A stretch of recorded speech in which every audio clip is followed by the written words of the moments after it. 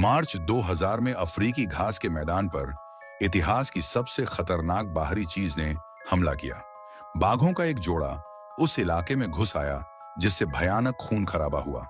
सिर्फ एक हफ्ते में वहां के सभी जानवरों को पता चल गया कि वे कितने क्रूर थे। जब वे पहली बार घास के मैदान में आए तो वे थोड़े उलझन में थे। आखिरकार उन्होंने पहले कभी इतने सारे शिकार नहीं देखे थे, लेकिन एक कुशल शिकारी होने के नाते वे जल्दी ही वहां के माहौल में ढल गए और एक गैंडे से भिड़ने की चुनौती स्वीकार की। गैंडे ने घास के मैदान में बड़ी बिल्लियों जैसे बाघ, तेंदुआ को देखा था और कभी उन्हें छेड़ने की हिम्मत नहीं की थी, चाहे वह गैंडा हो या तेंदुआ या बाघ। आज झंगलियाओ की पहली बार एक गैंडे से मुठभेड़ हुई और अपनी जान बचाने के लिए उसे दूर भागना पड़ा।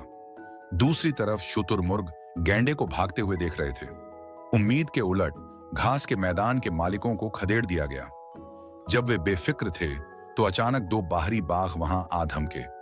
उन्हें देखते ही शुतुरमुर्ग भागने लगे, ये सोचकर कि उनकी दौड़ने की रफ्तार का कोई मुकाबला नहीं कर सकता। यहां तक कि तेंदुए भी उन्हें नहीं पकड़ सकते। झंगलियाओ इस बार हार गया क्योंकि वे दोनों बाघ ज्यादा तेजी से दौड़े। कीचड़ के गड्ढे में पड़ा ऑयल पिग उलझन में था। जो तेंदुआ सिर्फ उन पेड़ों पर चढ़ता था, उसने शुतुरमुर्ग का पीछा क्यों किया? जब उसने अपने सामने तेंदुआ देखा तो उसे पता चला कि वह तेंदुआ नहीं था, बल्कि एक तेंदुआ था जिसकी पीठ पूरी तरह विकसित थी। स्वर तेजी से भागा, लेकिन फिर भी दो विशाल तेंदुओं के नीचे आकर अपनी जान गंवा बैठा।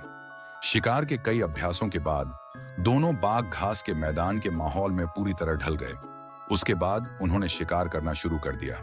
चाहे वे जमीन पर दौड़ रहे हों, आसमान में उड़ रहे हों या तेंदुआ पेड़ पर खाना छिपाकर रखे, उनमें से कोई भी बच नहीं पाता था। घास के मैदान के जानवर बेबस हो गए थे और एक बार जब वे उन्हें घूरते थे तो वे उनके मुंह का निवाला बन जाते थे। इस इलाके में उनके छिपने की कोई जगह नहीं थी।